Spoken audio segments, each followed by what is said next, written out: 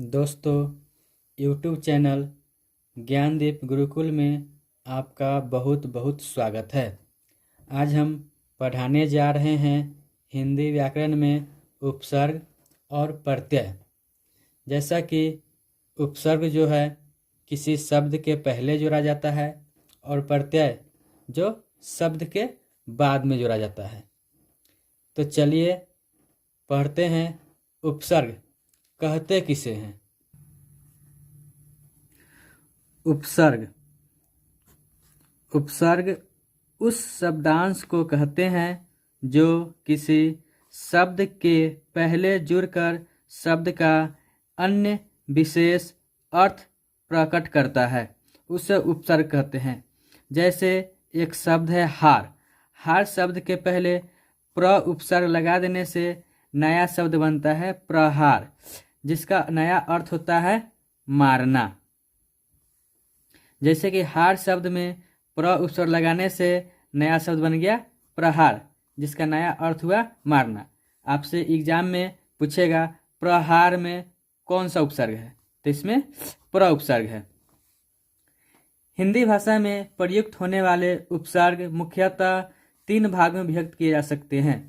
1 number Sanskrit का उपसर्ग, जिसे तत्सम उपसर्ग भी कहा जाता है।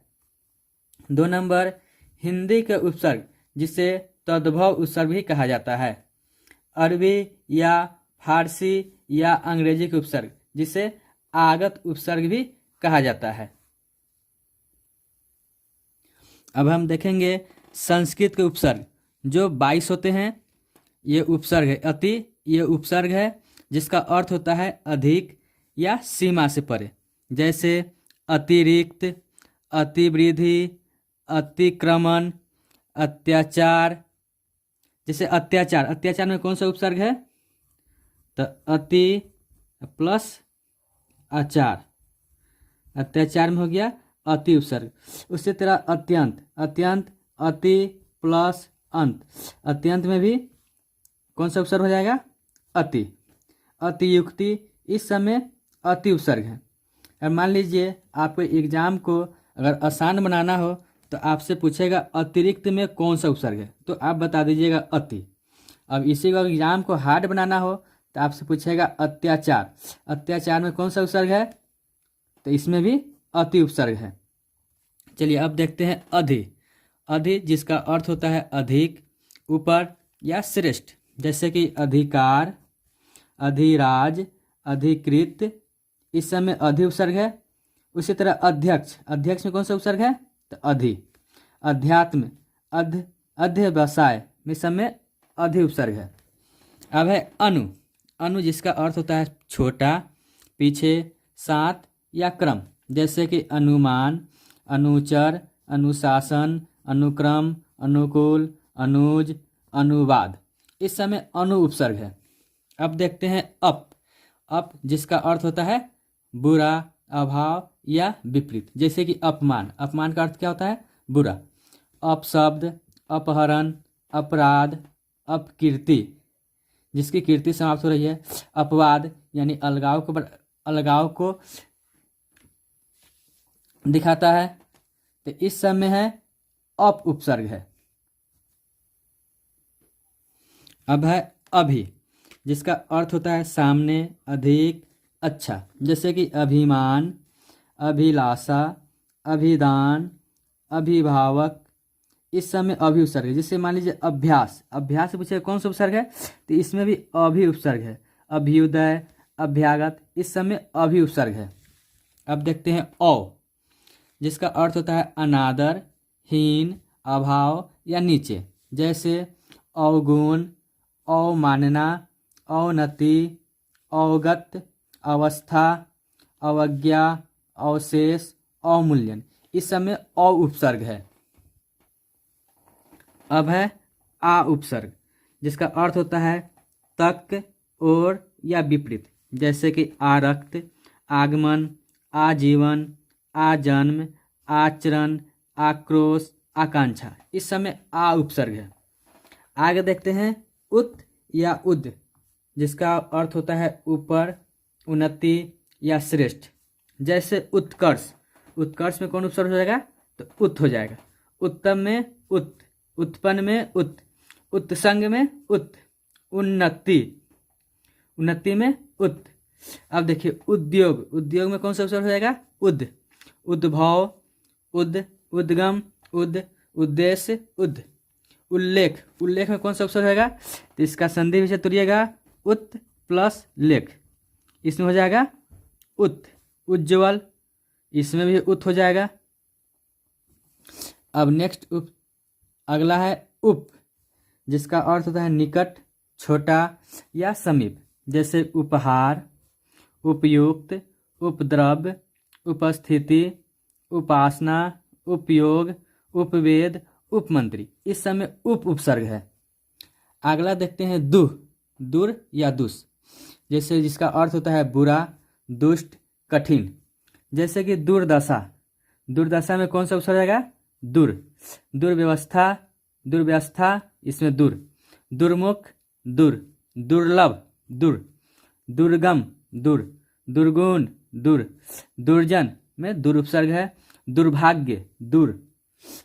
इसी को देखिए दुष्कर्म, दुष्कर, दुष्कर में दुष उपसर्ग है। दुष्कर्म में दुष, दुस्साहस में दुर उपसर्ग है। अगला उपसर्ग है नी, जिसका अर्थ होता है नीचे, भीतर, अतिरिक्त।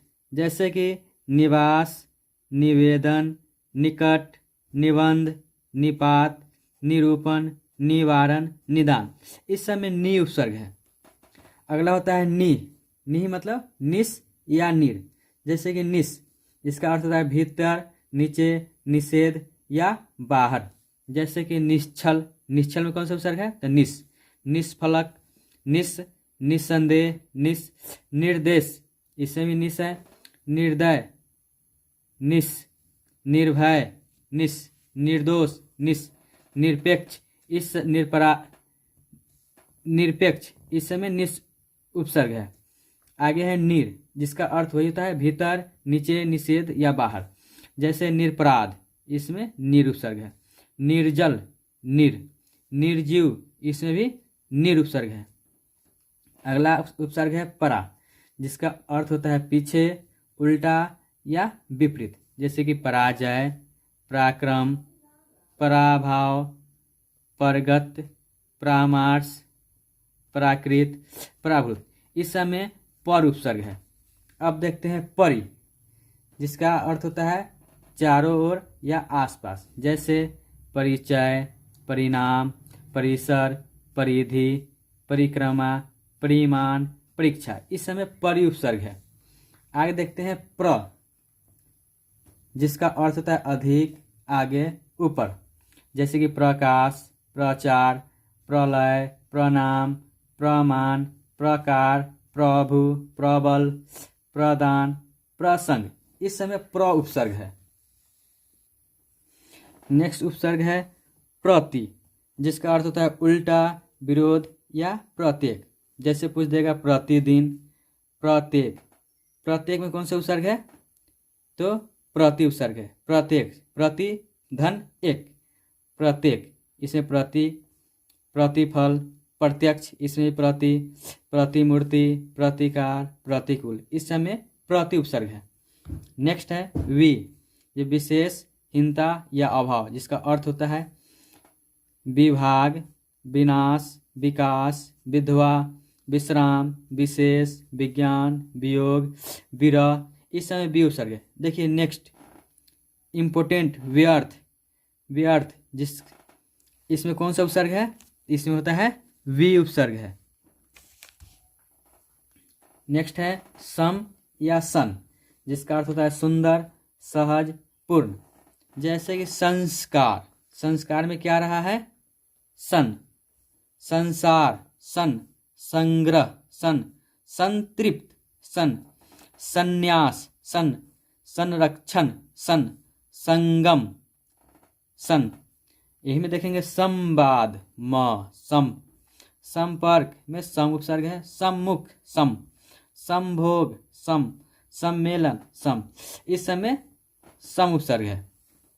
सु, सु मतलब होता है अच्छा, सुंदर या सहज। जैसे कि सुगम, सुलभ, सुकर्म। स्वागत, स्वागत इंपॉर्टेंट क्वेश्चन आपसे पूछेगा, स्वागत में कौन सा उपसर्ग है? तो इसमें है सु उपसर्ग है। स्वागत, सुधन आगत, स्वागत, इसमें सु उपसर्ग है। सुपुत्री, सुफल, सुपुत्र, सुभाषित, इस समय सु उपसर्ग है। संस्कृत का 22 उपसर्ग देख लिए। अब देखते हैं हिंदी का उपसर्ग। जैसे अ, जिसका अर्थ होता है अभाव, निषेध, जैसे कि अशांत, अलग, अजान, अथाह, अनाम, अमोल, इस समय अ उपसर्ग है। नेक्स्ट है अध। अध का मतलब होता है आधा, जैसे कि अधजल, अधपका, अधखिला, अधकचरा, इस समय अध उपसर्ग है। नेक्स्ट है अन, जिसका अर्थ होता है अभाव या निषेध, जैसे कि अनपढ़, पूरा अभाव है। अनमोल, अनगढ़, अनिच्छा, इस समय अन उपसर्ग है। जैसे उन, उन मतलब एक कम, जैसे कि 49, 50 में एक कम, 19, 20 में एक कम, 29, 30 में एक कम, 39, 59, 69, इस समय उन उपसर्ग है।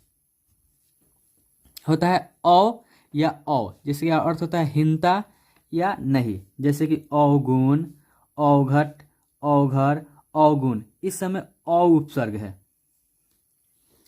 क या कु, जिसका अर्थ होता है बुरा, जैसे कपूत। कपूत में कौन सा उपसर्ग है? क। कुपात्र में कु, कुलेख में कु, कुपुत में कु, कुचाल में कु, कुकर्म में कु, इस समय कु उपसर्ग है। कपूत में क उपसर्ग है। आगे है स या सु, जिसका अर्थ होता है श्रेष्ठ या अच्छा, जैसे कि सरस। सरस में कौन सा उपसर्ग है? स। सगोत्र, स। सहित में स। सजग में स। सुकर्म, सुकर्म में कौन सा उपसर्ग है? सु। सुपुत में सु। सुजान, सुलेख, सुशील, सुडौल, सुलोचना, सुबुद्धि, सुपात्र, सुयोग, इस समय सु उपसर्ग है। इस सरस, सगोत्र, सहित, सजग, इस समय स उपसर्ग है। आगे होता है दु, अगला उपसर्ग दु, जिसका अर्थ होता है बुरा या हीन, जैसे दुबला, दु उपसर्ग, दुलारा, दु, दुकाल, दु, दुसाध्य, दुखाव, दुराव, इस सब में दु उपसर्ग होता है। आगे देखिए नी, जिसका अर्थ होता है नहीं या अभाव, जैसे कि निडर, नी, निकम्मा, नी, निधरक, नी, निहत्या, नी, इस समय नी उपसर्ग है।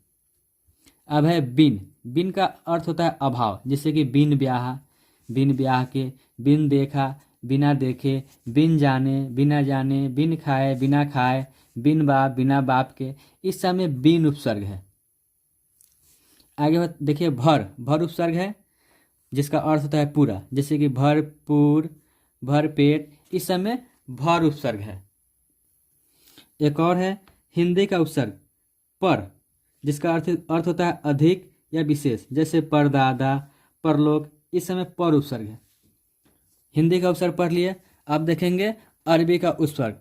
जैसे एक उपसर्ग है अल, अरबी का उपसर्ग है अल, जिसका अर्थ होता है निश्चित। उदाहरण देख लेते हैं, अलबत्ता, अलमस्त, अलगरज, अलविदा, इस समय अल उपसर्ग है। ऐन, अगला उपसर्ग ऐन है, जिसका अर्थ होता है ठीक, जैसे कि ऐन मौका, ऐन जवानी, ऐन वक्त, इस समय ऐन उपसर्ग है।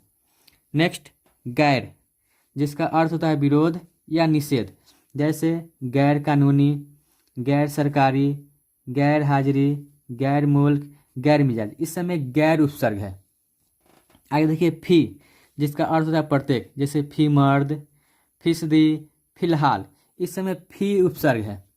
आगे देखते हैं बिल, जिसका अर्थ होता है साथ या खास, जैसे कि बिल्कुल, बिल उपसर्ग, बिल फर्ज, बिल मुक्त, बिल मुकाबिल, इस समय बिल उपसर्ग है। आगे है विला, जिसका अर्थ होता है बिना, जैसे कि बिला दिमाग, बिलासक, बिला कसूर, इस समय बिला उपसर्ग है। अब है ला, जिसका अर्थ होता है बिना, जैसे कि लाजवाब, लापरवाह, लावारिस, लाइलाज, लापता, लाचार, इस समय ला उपसर्ग है। हम लोग अरबी के उपसर्ग भी देख चुके हैं। अब देखेंगे फारसी के उपसर्ग, जैसे कि आ उपसर्ग है, फारसी में ही उपसर्ग आ, जिसका अर्थ होता है साथ, जैसे कि आगाह, आवारा, इस समय आ उपसर्ग है। कम, नेक्स्ट है कम, जिसका अर्थ होता है थोड़ा या हीन, जैसे कम ख्याल, कमजोर, कम सीन, कम अक्ल, कम समझ, कम उम्र, कम कीमती, इस समय कम उपसर्ग है। नेक्स्ट है खुश, जिसका अर्थ होता है अच्छा, जैसे खुशबू, खुशबू कौन सा उपसर्ग है? खुश, खुश दिल, खुश, खुशहाल में खुश, खुश किस्मत में खुश, खुशखबरी, खुश मिजाज, ये समय खुश उपसर्ग है। आगे है दर, दर का अर्थ होता है में, जैसे कि दर असल, दरमियान, दरकार, दरबार, दरखास्त, दरवेश, इस समय दर उपसर्ग है। आगे देखिए ना, जिसका अर्थ होता है नहीं, जैसे कि नादान, नाचीज, नापसंद, नासमझ, नाराज, नालायक, नापाक, नाजायज, नाबालिग, नामुमकिन, इस समय ना उपसर्ग है। इससे हमेशा एग्जाम में 2-4 क्वेश्चन मिलता है। देख नेक्स्ट है नेक, जिसका अर्थ होता है अच्छा, जैसे कि नेक नाम, नेक नियत, इस सब में नेक उपसर्ग है। आगे है ब, जिसका अर्थ होता है अनुसार या बात, जैसे कि बनाम, बदौलत, इस समय ब उपसर्ग है। नेक्स्ट है बद, जिसका अर्थ होता है बुरा या अशुभ, जैसे कि बदनाम, ये क्या है? बुरा है, बदबू बुरा है, बदकिस्मत, बददुआ, बदहजमी, बदमाश, इस सब में बद उपसर्ग है। नेक्स्ट है बर, जिसका अर्थ होता है ऊपर, पर या बाहर, जैसे कि बर्खास्त, बराबर, बर्दाश्त, बरकरार, इस समय बर उपसर्ग है। बा, जिसका अर्थ होता है साथ, जैसे कि बाइज्जत, बाइज्जत बरी किया गया, बा कलम, बा कायदा, बा अदब, इस समय बा उपसर्ग है। नेक्स्ट है बे, जिसका अर्थ होता है बिना, जैसे बेअक्ल, अक्ल के बिना है, बेइज्जत, इज्जत के बिना है, बेईमान, बेदर्द, बेचारा, बेरहम, बेचैन, बेहोश, बेशक, इस समय बे उपसर्ग है। नेक्स्ट है सर, जिसका अर्थ होता है मुख, जैसे कि सरपंच, सरपंच क्या होता है? एक मुख होता है, सरदार एक मुख होता है, सरताज, सरगना, सरहद, सरकार, इस सब में सर उपसर्ग है। नेक्स्ट है हम, जिसका अर्थ होता है बराबर या अपना, जैसे कि हम उम्र, हम दर्द, हम सफ़र, हमदम या हम वतन, इस समय क्या है? हम उपसर्ग है। आगे नीचे है नेक्स्ट हर, जिसका अर्थ होता है प्रत्येक, जैसे कि हर दिन, हर हाल, हर बार, हर साल, हर रोज, हर एक, हर तरह, इस समय हर उपसर्ग है। चलिए अब हम पढ़ चुके हैं फारसी के उपसर्ग, अब देखेंगे अंग्रेजी का उपसर्ग। देखिए जैसे कि डबल, डबल मतलब क्या होता है? 2 गुना, जैसे कि डबल खुराक, डबल नाश्ता, डबल रोटी, डबल बेड, डबल मतलब होता है 2 गुना, जिसका अर्थ जिसमें है डबल उपसर्ग है। ये आपका अंग्रेजी में आता है, अंग्रेजी का उपसर्ग है। जैसे डिप्टी, डिप्टी मतलब होता है जिसका अर्थ होता है सहायक, जैसे deputy commissioner, deputy collector, deputy साहब, डिप्टी रजिस्ट्रार, ये सब क्या है? इस समय डिप्टी उपसर्ग है। नेक्स्ट है फुल, जिसका अर्थ होता है पूरा, जैसे full shirt, full pant, full जूता, इस समय फुल उपसर्ग है। नीचे है सब, जिसका अर्थ होता है अधीन या नीचे, जैसे कि सब जज, सब कमेटी, सब रजिस्ट्रार, इस सब में है सब उपसर्ग है। जैसे हाफ, हाफ का क्या अर्थ होता है? आधा, जैसे कि half shirt, half pant, half kurta, इस सब में हाफ उपसर्ग है। हेड, हेड का अर्थ होता है मुख्य, जैसे head master, head clerk, head पंडित, इस समय हेड उपसर्ग है। वाइस, ये अंग्रेजी उपसर्ग है, जिसका अर्थ होता है सहायक, वाइसराय, वाइस चांसलर, इस समय वाइस उपसर्ग है। जनरल, जिसका अर्थ होता है प्रधान, जैसे जनरल मैनेजर, जनरल सेक्रेटरी, इस समय जनरल उपसर्ग है। जैसे चिफ, नेक्स्ट है चिफ, जिसका अर्थ होता है मुख्य, जैसे चीफ मिनिस्टर, चीफ इंजीनियर, इस समय चिफ उपसर्ग है। Thank you.